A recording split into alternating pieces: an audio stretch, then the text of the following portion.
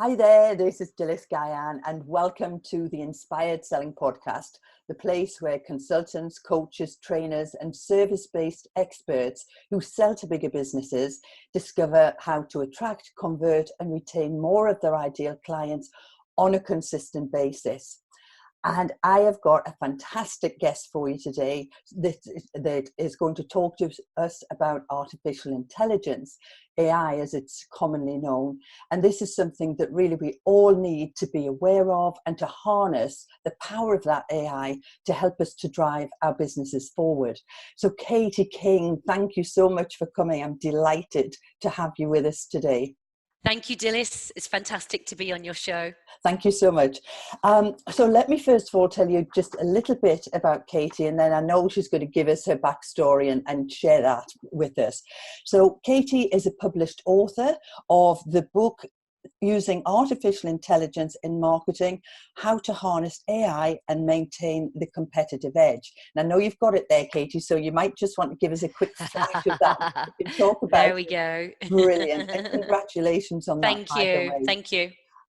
Katie's also keynote speaker and a consultant on artificial intelligence and digital transformation. She has over 30 years consulting experience. I know she looks about 25, seems impossible, but she's advised many of the world's leading brands and business leaders. She's the CEO of digital agency Zudicas and management consultancy AI in Marketing, and is also a member of the UK government all-party parliamentary group task force, get your tongue around that, for the enterprise adoption of AI. So we couldn't have a better expert to talk to us on this subject today. So I'm excited, Katie, to hear what you've got to say. But before we get into the real meat of things, just share with us your backstory and how you got to where you are today. Thank you, Dylis. Thank you for that lovely introduction. You're welcome.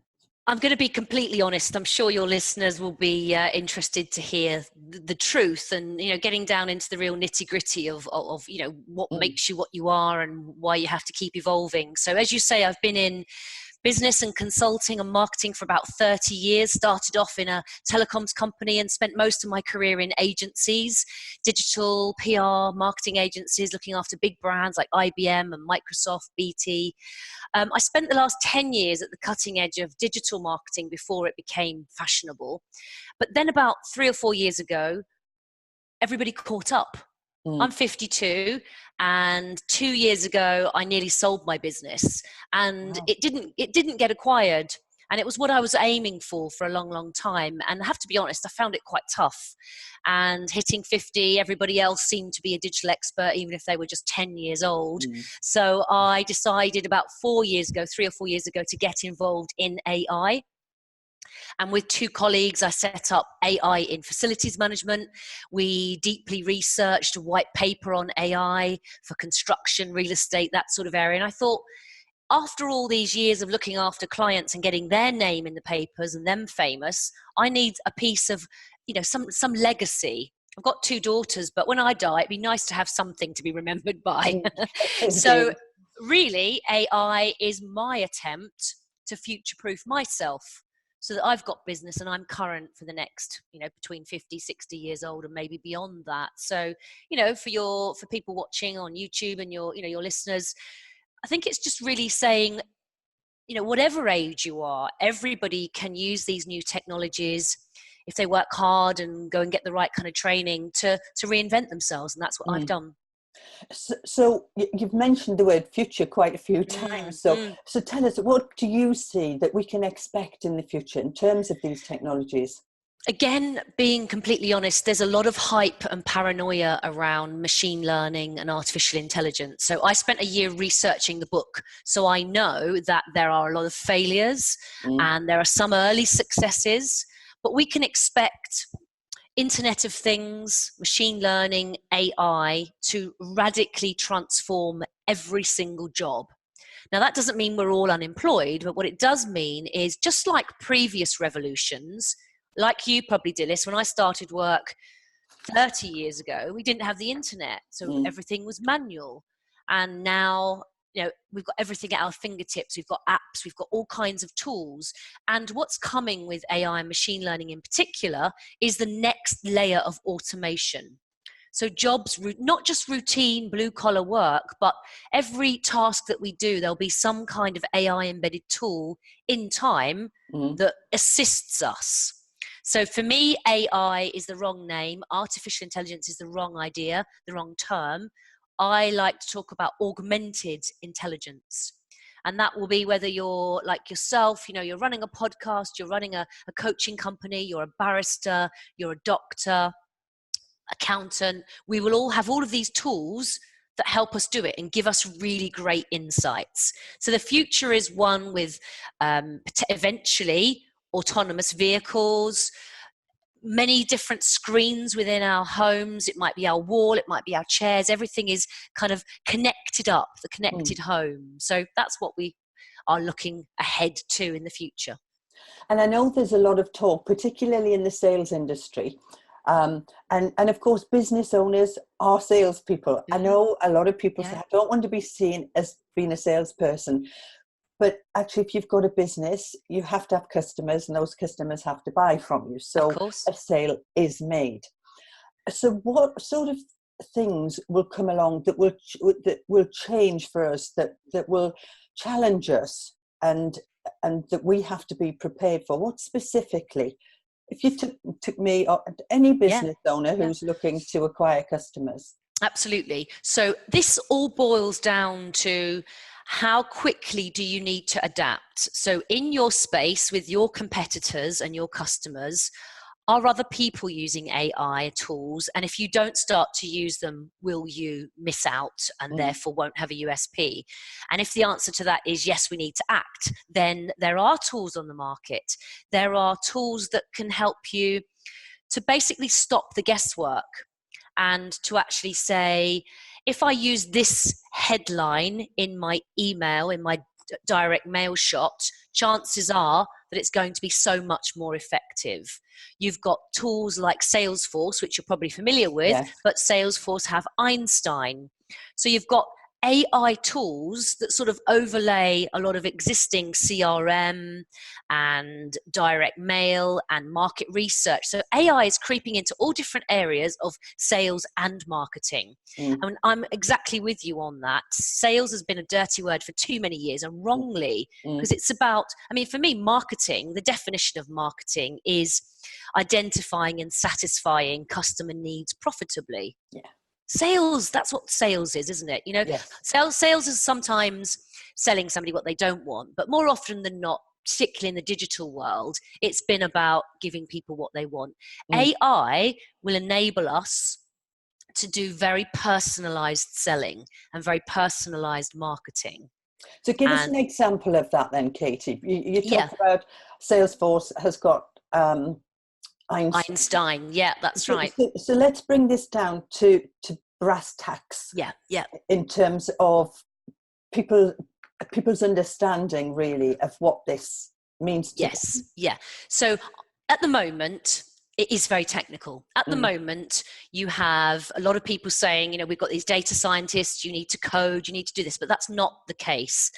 An ordinary SME has at the moment the option to buy tools. There's loads of different technology disruptors on the market that they can buy tools from. And then there's the bigger players like Salesforce. You won't even know it's AI. You'll just be buying like a software as a service tool, like Einstein, like a CRM package. So you won't even really know that you're using AI. When you upload something like a picture to Facebook, there's AI built into it.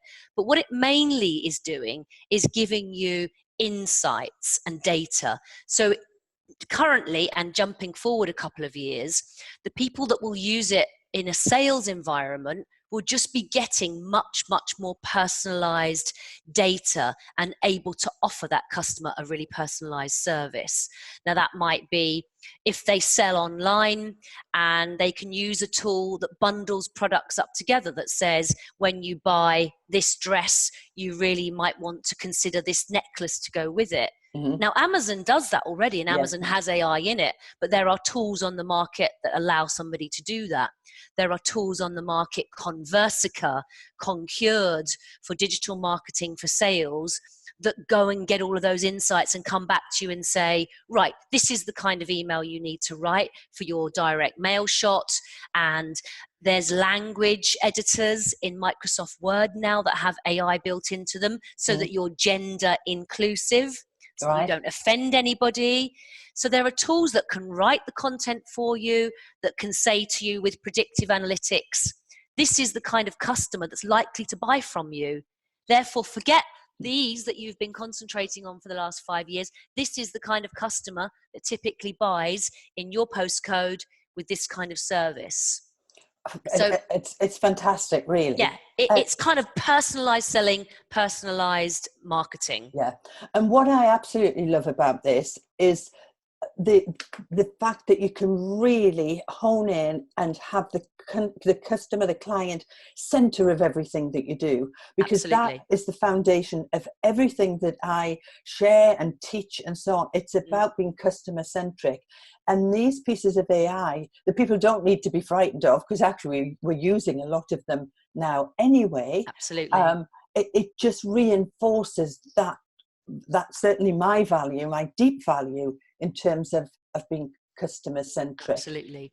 The only thing I would say, again, as with all of these newer technologies, things come with them. You have to be prepared for it. You have to have your ducks in a row. You have to have your data clean and ready for it. So just as in the past, however smart you were, however great you were selling over the phone, whoever you brought in to help you, if you didn't have a good database, now with GDPR, that's been challenged. And again, with AI, the machine can only go away and do the data crunching with good data. So, it has to start with having your data in order and knowing what you're trying to achieve. And how do people do that? How do they make sure that the data is up to scratch and clean, ready to be able to dovetail with AI? Yes. I mean, to start with, they have to have the data to start with, don't they? Yeah. And the reason AI is viable now is that we've had 5-10 years of smartphone technology. So a lot of people have been doing campaigns through email marketing and through, mobile marketing, and often there's good data that comes from that. You can buy in data still, and you can work with AI specialists who will do that data cleansing for you. But there isn't a tool that's going to magically just give you that data. You've got to get that from your own sources, or buy it in, or do it in the same way, and then turn to an AI tool that can actually help you, with almost like the segmentation of that. And it will be going away and looking at what you're doing and saying, actually, you should consider this segmentation. But I think we've all got to be still. No AI is going to magically come over and go, wonderful, here's all the sales for you. It's like you advise, clear strategy. You've got to have a good product or service to start with anyway. And then you've got to understand what the client needs are and market to them in that way. So, AI is not going to do all of those things. What we're talking about is narrow AI that can do lots of individual things. There isn't one AI that can come in at the moment and replicate what you do or I do, or what another salesperson does. You've still got to be smart. You've still got to have a clear business strategy, good data, trial and error. Exactly. So what are the ramifications of business owners not embracing this and moving with the times and understanding that there is no stopping AI now? I mean, I don't know whether you watched the program.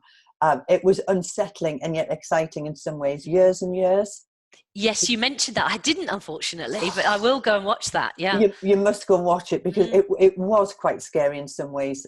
But in terms of us in business, we have to embrace this. We've got to get on board. Because what are the ramifications, Katie, if people don't? So it's a good question, Dylis. So I have in my book a scorecard for success, which breaks it down into 10 categories, with 5 points for each. So you can look at that and you can assess, do I have the right culture?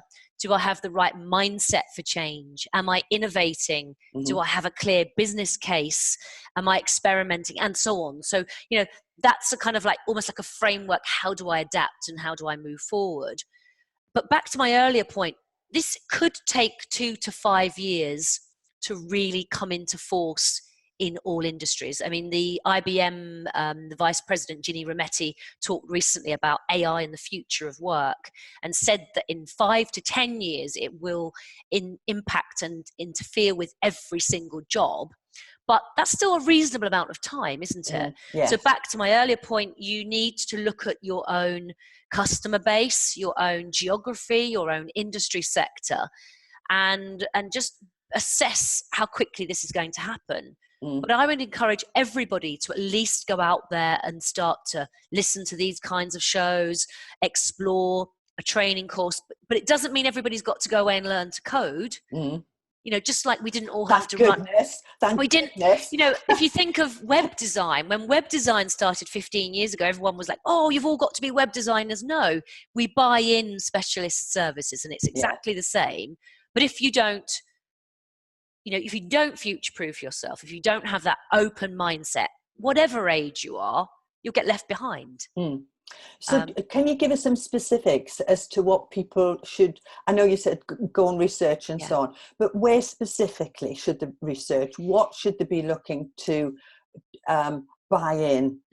What are those sort of key elements? Again, it's back to AI can reshape your job function as a marketing professional, as a sales professional, as an HR professional. So you've got to go and analyze, what's my job? Where do I do that job? In other words, in which industry sector, in which country, and research. So my start point would be identifying how is AI changing accountants' jobs or changing HR? Could it? How is it happening in Surrey, in the UK, in the United Arab Emirates, wherever it is? So the start point is assessing, having a watching brief on the industry and how things are playing out. Then I would go and look at the tools and the various companies that are on the market, and I've got a load of them in my book. But you just Google them. So have a at least every week, but preferably every couple of days. Google AI and then the Boolean search, capital AND, AI and sales or AI and accountancy, and just keep tabs on where the money's being invested, what the tools are. A lot of the tools are offered on a trial basis. So some of these, Einstein and Concurred and Conversica for sales, for marketing, for digital, can be trialed on a 1-month basis. But again, it's challenging because there are a lot of different tools. So if you want to be an innovator, you're going to make mistakes and you're going to be ahead of the pack. If you want to watch and see what others are doing and look at that a year or so later, then you're going to be following the mistakes of others. So you've got to almost decide, yes, I do want to change. I have the right mindset.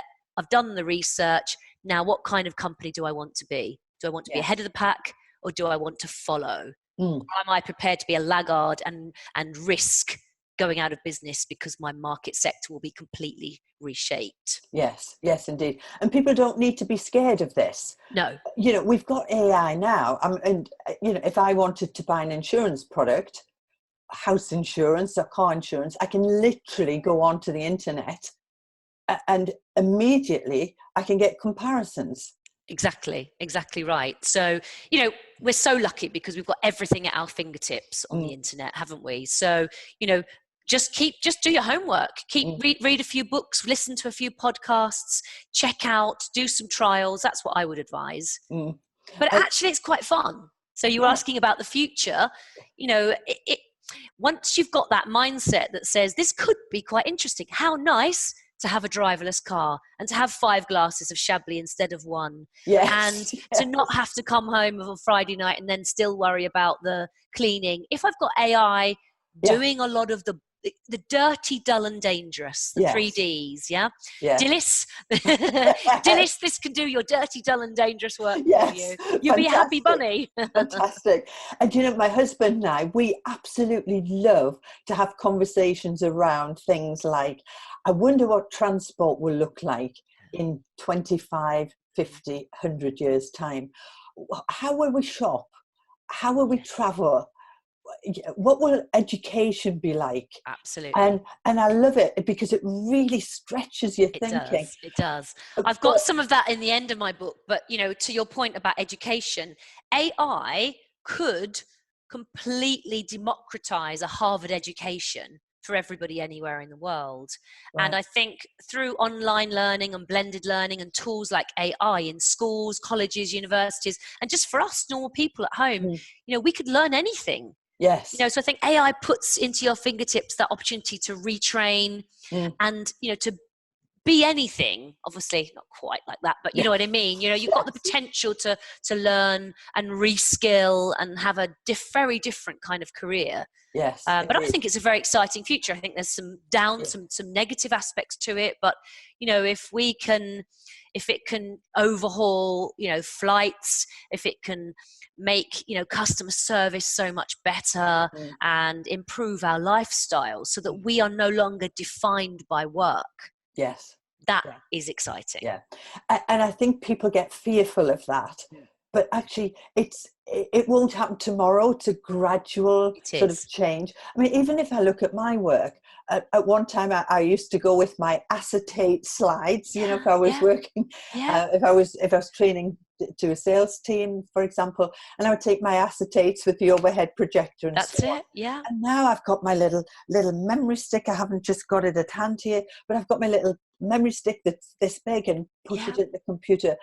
But also they're talking to me about, right, could we have a copy of the slides? Could you create an online tool for us, you know, that we can hold in a hub in our company, the people that I can license to them and so on. So, you know, even for me, it's moving. It's not moving fast, but it's moving. And I have to embrace that. I can't just say, oh, sorry, I'm going to come along with my acetates. Do you have an overhead projector? Exactly. So this is, I mean, you know, we didn't touch on it at the beginning, but you know, we sort of went around it, but this is the fourth industrial revolution. We've had steam, electrification, and, you know, we've had the internet era. This new era is the era of Internet of Things, of machine learning, you know, all of the different kind of printing and just incredible technologies that really will reshape our world. You know, the way we shop, and we've seen the decline of the high street quite a bit. I think it will radically overhaul everything. Well, and it's scary. I know it's scary for people. But the shops now, you know, years ago when I was young, a long time ago, we had the co-op with it near us, and we shopped daily. You bought a bread daily. You got sugar in a blue bag. Oh my goodness, I'm showing my age now. But they poured it out with a scoop. Yes. You know, the biscuits were all lined up in tins, and you opened the glass lid and you put them into a bag. And look at where we've moved from that. And we had Billy the Butcher used to come on a Thursday. He used to come and toot his horn at the bottom of our garden. And my mother used to go out and buy her mince and a chicken and a piece of mutton, I think. But you had to go to multiple different stores, didn't you? Yes. And then, of course, we had supermarkets, and now we've got online shopping. Yes. In an ideal world, this all should free us up to travel, to see our families more. We know that's not always the reality because work can consume you. But at the same time, you're sitting in a home-based office, I am. You know, we do have freedoms, and it does make us able to communicate with anybody anywhere in the world and sell from a home base to anywhere. So actually the opportunities are vast. Yeah. I mean, I've got clients around the world, private coaching clients, South Africa, France, Canada. And I can just sit in my office and actually it's not exactly the same, but it nearly is. We've both got our cups here. You know, it's having our virtual cup of coffee. Yeah, you're right. You're right. And so I do think AI will transform our personal lives, our business lives, our communities. There are some downsides, and there's still a lot of work to be done on the regulation. I know people are probably concerned about their data privacy. And again, there's quite a lot of work going on in the UK around that. But the big challenge is international, because AI could be used for warfare. It could be used in lots of difficult ways, in the same way with the nuclear threat and so on, which thankfully hasn't happened. But we do have to be careful, and we do all have to play a role in helping shape that. But I would tell everybody, embrace it, because it's not going backwards, it's not going away. You've got no choice. That's right. You do have a choice probably for a few more years, depending on your country, your industry sector. But embrace it. It's fun. Yes, really exciting. And I just want to touch on the other thing that I think AI would be most helpful in is global warming.